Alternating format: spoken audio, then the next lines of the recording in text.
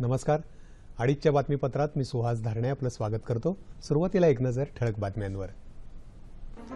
देशाच्या स्वातंत्र्य चळवळीतल्या खऱ्या शिलेदारांची माहिती नवीन पिढीला होणं आवश्यक, पंतप्रधानांची अपेक्षा. भुवनेश्वर इथं झालेल्या भाजपाच्या राष्ट्रीय कार्यकारिणीच्या बैठकीत 2 ठराव मंजूर. पंतप्रधान आजपासून 2 दिवसांच्या गुजरात दौऱ्यावर, विविध प्रकल्पांचं करणार उद्घाटन. सिरियामध्ये झालेल्या आत्मघाती हल्ल्यात 100 निरपराध लोकांचा बळी.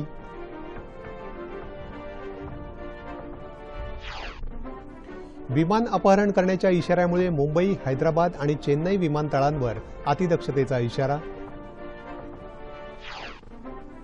ईस्टर संडे निमित्त देशभरातल्या गिरिजाघरांमध्ये प्रार्थना सभांचं आयोजन. आणि उत्तर भारतात उष्णतेची काहिली, विदर्भ आणि मराठवाड्यात उष्णतेची लाट कायम राहण्याचा हवामानशास्त्र विभागाचा इशारा. आणि आता सविस्तर वृत्त.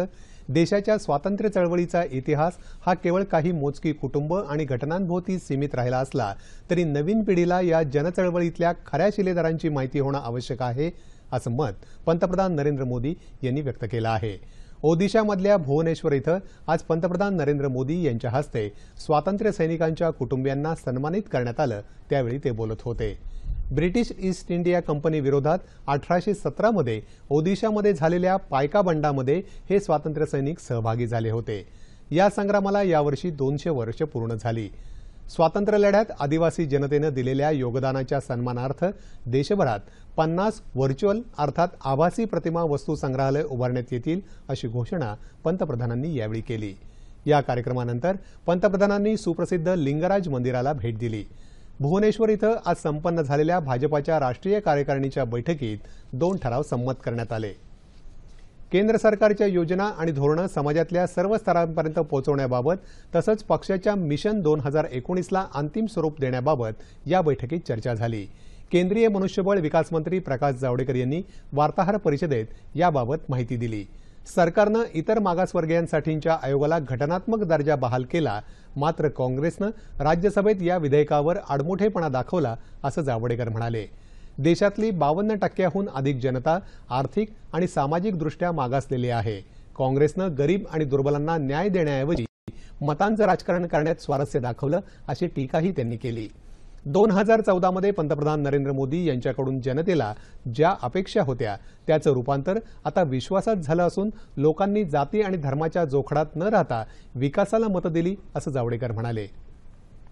भाजपा सरकारनं देशभरातल्या 13,000 खेड्यांमध्ये वीज पुरवठा केला. विमुद्रीकरण आणि काळ्या पैशाविरोधात कारवाई केली. महागाईवर नियंत्रण ठेवलं. छोट्या उद्योजकांना अल्पदरात कर्ज उपलब्ध करून दिलं. 6 कोटी कुटुंबांना LPG जोडणी दिली, असंही जावडेकर म्हणाले. देशात वस्तू आणि सेवा कर लागू झाल्यानंतर महागाई अजून कमी होईल आणि रोजगार वाढेल. एकंदरीतच देशाचा कायापालट होईल, असा विश्वास त्यांनी व्यक्त केला. पंतप्रधान नरेंद्र मोदी आजपासून 2 दिवसांच्या गुजरात दौऱ्यावर असून ते विविध प्रकल्पांचं उद्घाटन करणार आहेत.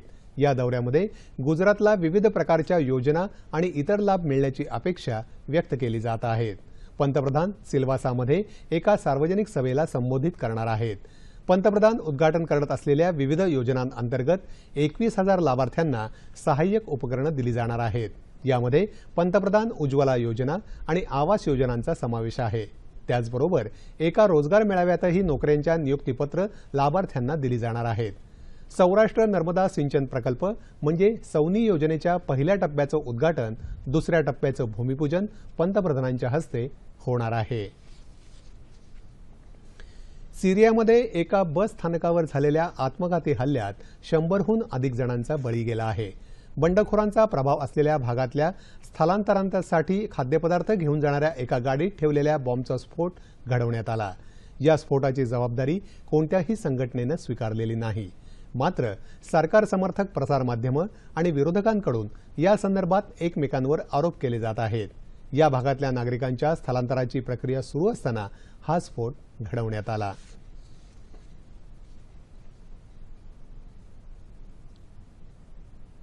पेट्रोल आणि डिझेलच्या दरात मध्यरात्रीपासून वाढ झाली आहे.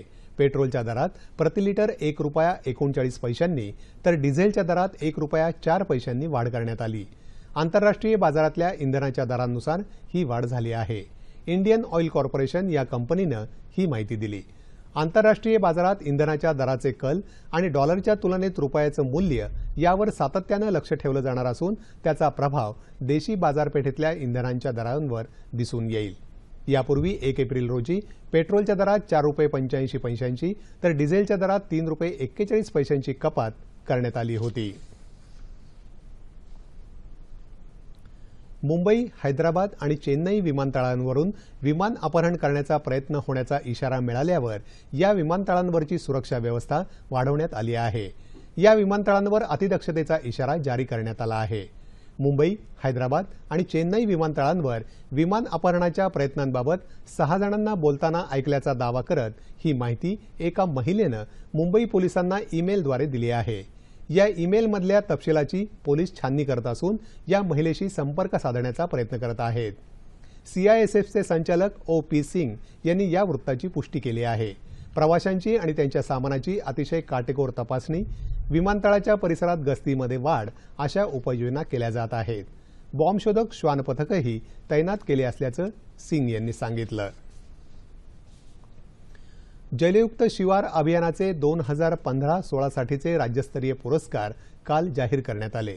जिल्हा स्तरावर सोलापूर, तालुका स्तरावर पुरंदर तर गाव पातळीवर मळेगावला प्रथम क्रमांकाचा पुरस्कार घोषित झाला। नांदेडच्या संस्कृती संवर्धन मंडळाला अशासकीय संस्थेसाठीचा प्रथम पुरस्कार मिळाला। अविनाश कदम यांना वृत्तपत्र पत्रकार तर इलेक्ट्रॉनिक मीडिया पुरस्कार रवींद्र कांबळे यांना जाहीर झाला। उस्मानाबादचे जिल्हाधिकारी प्रशांत नारनवरे यांनी विभागीय स्तरावरचा प्रथम पुरस्कार जाहीर झाला आहे।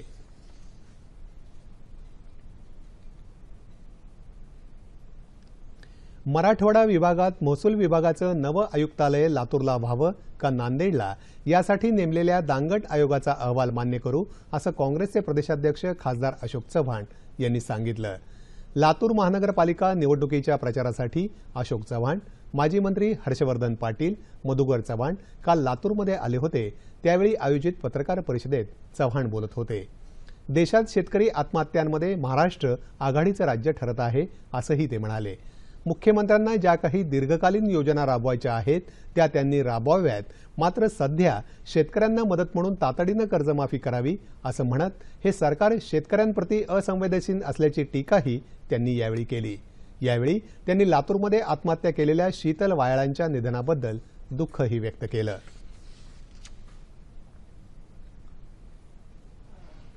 शेतकऱ्यांची कर्जमाफी केल्याशिवाय कोणत्याही मंत्र्याला मतदारसंघात फिरू देणार नाही असा इशारा राष्ट्रवादी काँग्रेसचे नेते अजित पवार यांनी दिला आहे। शेतकऱ्यांसाठी कर्जमाफीची मागणी करण्यासाठी विरोधकांनी सुरू केलेली दुसऱ्या टप्प्यातली संघर्ष यात्रा काल संध्याकाळी बुलडाणा इथून जळगाव जिल्ह्यात दाखल झाली। त्यावेळी मुक्ताईनगर आणि वरणगाव इथं आयोजित जाहीर सभेत अजित पवार यांनी सरकारवर जोरदार टीका केली। गेल्या 3 वर्षांपासून दुष्काळ आणि नैसर्गिक आपत्तींमुळे शेतकरी कर्जबाजारी झाला आहे, मात्र आम्ही वेळोवेळी कर्जमाफीची आणि मदतीची मागणी करूनही सरकार बहिरेपणाचं सोंग घेत आहे असा आरोप त्यांनी केला।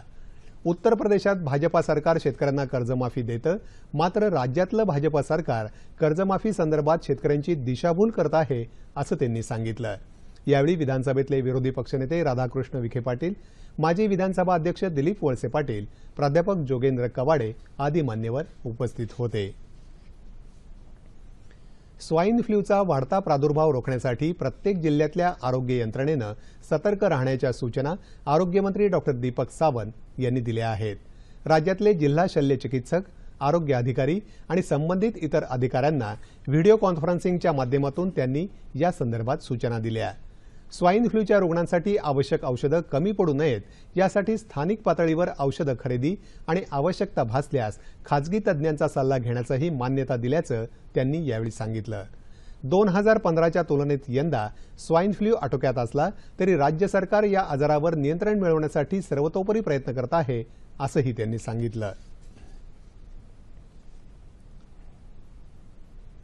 प्रधानमंत्री जनौषधी योजनेअंतर्गत स्वस्त औषधी सेवा केंद्र धुळे जिल्ह्यात शिरपूर इथल्या आर.सी. पटेल फार्मसी महाविद्यालयात सुरू करण्यात आलं आहे। आमदार अमरीश पटेल यांच्या हस्ते आज या स्वस्त औषधी सेवा केंद्राचं उद्घाटन झालं। या केंद्रात शिरपूर पंचक्रोशीतल्या नागरिकांना मधुमेह, कर्करोग यासारख्या विविध आजारांवरची औषधं जनतेला माफक दरात उपलब्ध होणार आहेत, असं अमरीश पटेल यांनी यावेळी सांगितलं।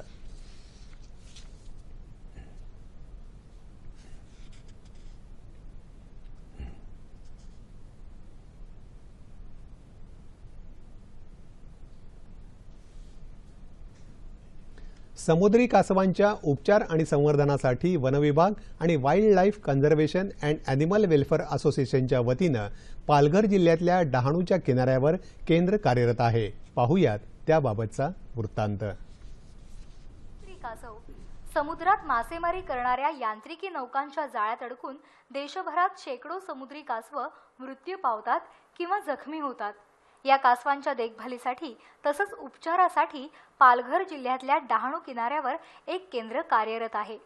वनविभाग आणि wild life conservation and animal welfare association संयुक्तपणे हे केंद्र चालवत आहे। आम्ही डहाणू आणि पालघर जिल्ह्यासाठी आता सध्या काम चालू केलेले आहे।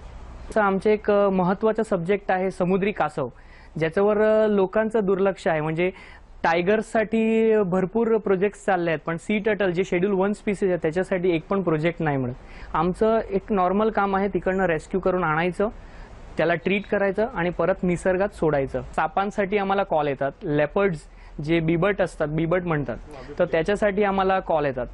तर बिबट्यांसाठी आम्ही त्यांना रेस्क्यू करायचं काम। दुसरा मोर, नंतर आमच्याकडे चौशिंगा आले होते मधी मनोरवरनं, नंतर अजून बार्किंग डिअर म्हणजे भेकर सांगतात, तर तसे काही वन्य प्राण्यांना आम्ही वाचवतात, पक्ष्यांना वाचवतात। आम्ही आतापर्यंत 150 पेक्षा जास्त समुद्री कासव आम्ही 5 वर्षात आणले आणि परत निसर्गात सोडले। समुद्रातल्या या जीवाला जीवनदान देऊन त्यांची देखभाल करणं हे कार्य निश्चितच कौतुकास्पद आहे। पण मासेमारी करणाऱ्यांनी या समुद्री कासवांचा जीव धोक्यात येणार नाही यासाठी थोडं लक्ष द्यावं हीच विनंती। आपल्या प्रलंबित मागण्यांसाठी सिडकोच्या सर्वच सफाई कामगारांनी काम बंद आंदोलन पुकारलं आहे। आंदोलनाचा आजचा 5वा दिवस असून सिडकोनं याबाबत दखल न घेतल्यानं शहरात सर्वत्र कचऱ्याचे ढीग जमले आहेत। चतुर्थ श्रेणी सफाई कामगारांना बोनस दिला जावा, समान काम समान वेतन नियमांची अंमलबजावणी केली जावी, मेडिक्लेम पॉलिसी 3 लाखांपर्यंत द्यावी, तसंच आर्थिक गरजेनुसार घरं बांधून द्यावीत या मागण्यांसाठी हे आंदोलन छेडल्याचं कामगार नेते श्याम म्हात्रे यांनी सांगितलं। शहरात जागोजागी कचऱ्यामुळे दुर्गंधी पसरल्यामुळे नागरिकही संतप्त झाले आहेत।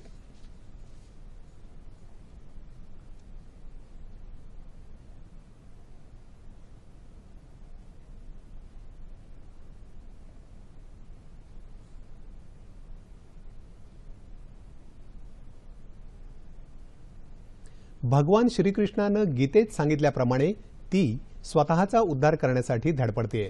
ती आहे एका शेतकऱ्याची पत्नी, एका 5 महिन्याच्या तान्हुल्याची माता आणि तिला स्वतःची आणखी ओळख निर्माण करायची आहे, म्हणूनच ती सातत्यानं प्रयत्न करते आहे। पाहूयात तिच्या अथक परिश्रमांची ही कहाणी। यवतमाळमधल्या दिग्रस तालुक्यातल्या मांडवा इथले अल्पभूधारक शेतकरी कैलाश गव्हाणे यांचं पोलीस बनण्याचं स्वप्न भंगलं, पण त्यांचं हे अपूर्ण पूर्ण करण्याचा चंग त्यांची पत्नी सीतेने बांधला आहे। प्रवेश परीक्षेत शारीरिक क्षमता पूर्ण करण्यासाठी 5 महिन्यांचं बाळ असूनही जिद्दीने सीता शेतावर सरावासाठी जाते। लांब उडी, उंच उडी, धावणं, गोळाफेक अशा सर्वच गोष्टी ती करते। तिच्या या जिद्दीला कैलाश यांचं पूर्ण सहकार्य आहे।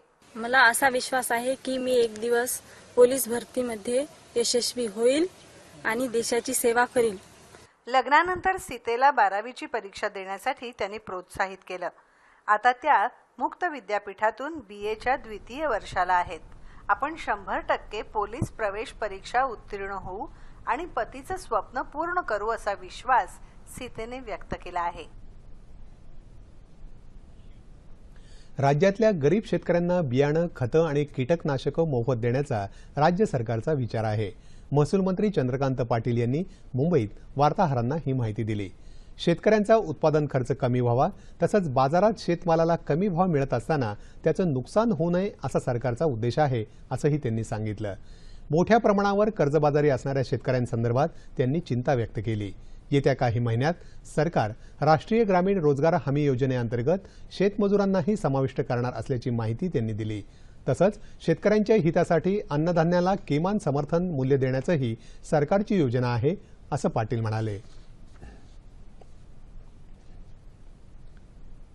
शेतकऱ्यांचं उत्पन्न त्याच्या उत्पादन खर्चाच्या दुप्पट करण्यासाठी उन्नत शेती समृद्ध शेतकरी अभियान राबवण्याचा निर्णय शासनानं घेतला आहे. या अभियानाच्या माध्यमातून शासनाच्या कृषीविषयक सर्व योजना शेतकऱ्यांच्या बांधापर्यंत पोहोचवण्याचं आवाहन कृषीमंत्री पांडुरंग फुंडकर यांनी केलं. वाशिम इथल्या जिल्हाधिकारी कार्यालयाच्या मुख्य सभागृहात या अभियानाविषयक कार्यशाळेच्या समारोप प्रसंगी ते बोलत होते. तोट्यामध्ये असलेल्या शेतीला नफ्यात आणण्यासाठी हे अभियान उपयुक्त ठरेल. यासाठी कृषी विभागातील प्रत्येक अधिकारी आणि कर्मचाऱ्याचा सक्रिय सहभाग आवश्यक आहे, असंही पांडुरंग फुंडकर म्हणाले. याबाबत शेतकऱ्यांना प्रशिक्षण आणि शासकीय योजनांच्या माध्यमातून मदत देण्यात येईल, असं त्यांनी सांगितलं. तसंच जे या अभियानाच्या अंमलबजावणीमध्ये कुचराई करतील त्यांच्यावर कारवाई करण्याचा इशारा कृषी राज्यमंत्री सदाभाऊ खोत यांनी यावेळी दिला. वाशिम जिल्ह्यातल्या शेलू बाजार इथं गावात शौचालय उभारणीसंदर्भात जनजागृती व्हावी या दृष्टीनं गीतगायन यात्रा काढण्यात आली. यावेळी राज्याचे कृषी राज्यमंत्री सदाभाऊ खोत यांनी श्रमदानातून शौचालय उभारणी कार्यक्रमाचं उद्घाटन केलं. गाव स्वच्छ हवीत तसंच गावकऱ्यांचं आरोग्य उत्तम राहावं यासाठी प्रत्येकानं शौचालयाचा वापर करणं बंधनकारक असल्याचा संदेश गीतगायन यात्रेच्या माध्यमातून देण्यात आला.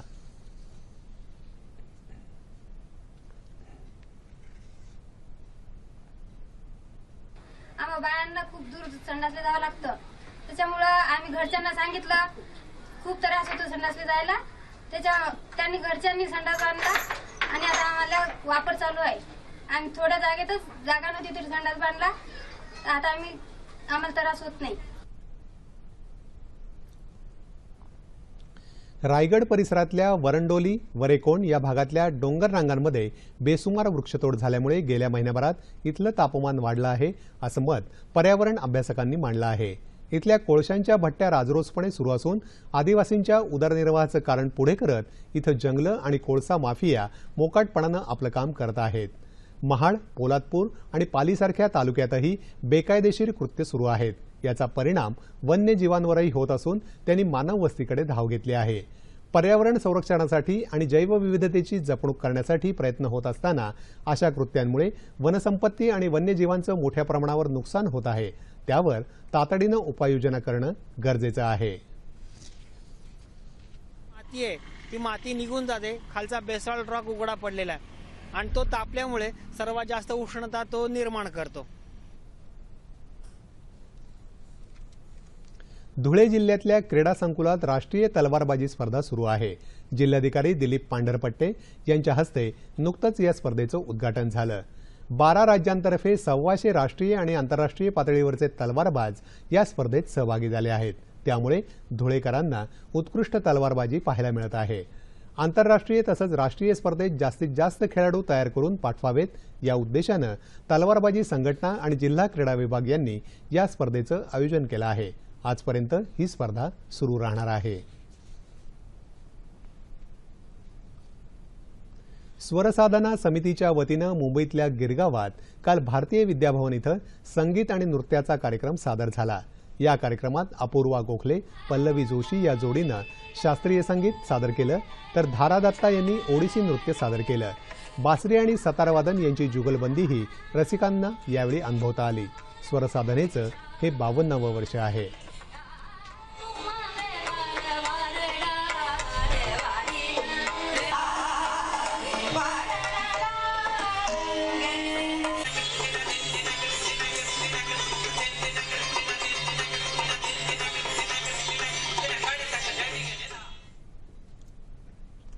चित्रकार प्रभाकर वाईकर यांचं हिंदोळे हे कोकणातील जीवनावर आधारित चित्रप्रदर्शन मुंबईतल्या नेहरू कला दालनात भरवण्यात आलं आहे. कोकणातली घरं, पारंपरिक मासेमारी, मुंबईच्या चाकरमान्यांना निरोप देतानाचे क्षण अशा अनेक गोष्टी वाईकर यांच्या कुचल्यातून साकारलेल्या पाहायला मिळत आहेत. वाईकर यांचं बालपण कोकणातच गेल्यामुळे त्यांनी आपल्या आठवणींचे हिंदोळे कॅनव्हासद्वारा रंगात उतरवले आहेत.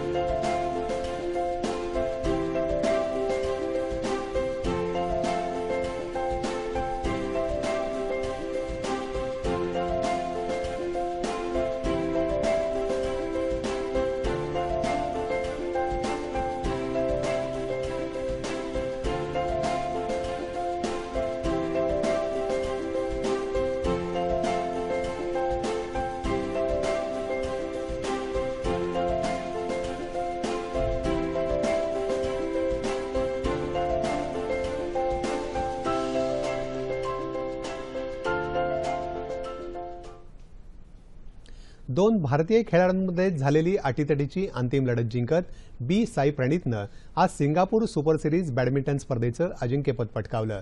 सुपर सिरीज बॅडमिंटन स्पर्धेतलं साई प्रणीतचं हे पहिलेच विजेतेपद आहे.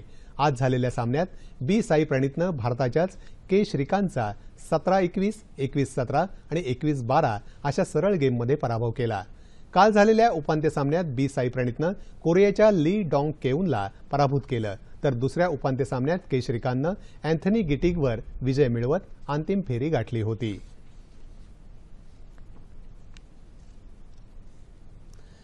ख्रिस्ती बांधव आज भक्तिमय आणि उत्साही वातावरणात प्रभू येशू ख्रिस्ताच्या पुनरुत्थानाचा दिवस म्हणजेच ईस्टर संडे साजरा करत आहेत. गिरिजाघरांमध्ये प्रार्थना, प्रवचन, येशूची भक्तिगीतं गात ख्रिस्ती बांधव ईस्टर संडे साजरा करतात. ईस्टर संडे निमित्त आज ठिकठिकाणी मिरवणुका काढल्या जातात. येशू ख्रिस्तांनी गुड फ्रायडेच्या दिवशी पवित्र वधस्तंभावर आपलं प्राणार्पण केल्यानंतर तिसऱ्या दिवशी पुनर्जन्म घेतला, तो दिवस म्हणजेच ईस्टर संडे. याच दिवशी ख्रिस्ती बांधवांचा पवित्र सप्ताह आणि 40 दिवसांच्या उपवासाचीही सांगता होते. ईस्टर संडे निमित्त पंतप्रधान नरेंद्र मोदी यांनी ख्रिस्ती बांधवांना शुभेच्छा दिल्या आहेत. समाजात सद्भावना, करुणा आणि एकजूट वाढवण्यासाठी येशू ख्रिस्ताची शिकवण मदत करते, असं पंतप्रधानांनी आपल्या शुभेच्छा संदेशात म्हटलं आहे. हवामान. उत्तर भारतात उष्णतेची लाट कायम असून अनेक ठिकाणी पारा 40 अंश सेल्सिअसवर गेला आहे. राजधानी दिल्लीत सर्वाधिक 40.6 अंश सेल्सिअस इतकी तापमानाची नोंद झाली. मध्य प्रदेशातही अनेक जिल्ह्यात तापमानानं 40 गाठली आहे. दुसरीकडे बंगालच्या उपसागरात मात्र कमी दाबाचा पट्टा निर्माण झाल्यानं अंदमान बेटांवर पुढल्या 24 तासात मुसळधार पाऊस पडण्याची शक्यता आहे. या भागातल्या तसंच तामिळनाडू किनारपट्टीवरच्या मच्छीमारांना समुद्रात न जाण्याचा इशारा हवामानशास्त्र विभागानं दिला आहे.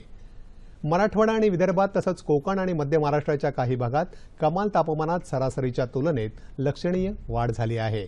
राज्यात सर्वाधिक तापमान वर्धा इथं 45 अंश सेल्सिअस इतकं नोंदवण्यात आलं. येत्या 2 दिवसात विदर्भ, मराठवाड्यासह मध्य महाराष्ट्रात उष्णतेची लाट राहील असा इशारा हवामान खात्यानं दिला आहे. ठळक बातम्या पुन्हा एकदा.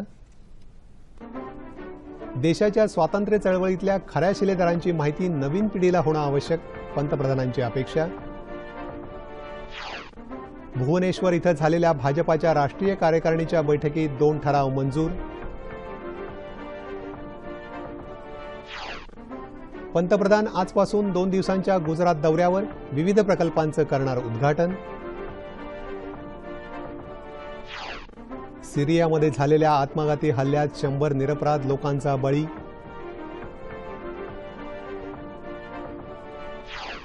विमान अपहरण करण्याच्या इशाऱ्यामुळे मुंबई, हैदराबाद आणि चेन्नई विमानतळांवर अतिदक्षतेचा इशारा. ईस्टर संडे निमित्त देशभरातल्या गिरिजाघरांमध्ये प्रार्थना सभांचं आयोजन. आणि उत्तर भारतात उष्णतेची काहिली, विदर्भ आणि मराठवाड्यात उष्णतेची लाट कायम राहण्याचा हवामानशास्त्र विभागाचा इशारा. याबरोबरच हे बातमीपत्र संपलं. पुन्हा भेटूयात संध्याकाळी 7 वाजता सह्याद्री वाहिनीवर.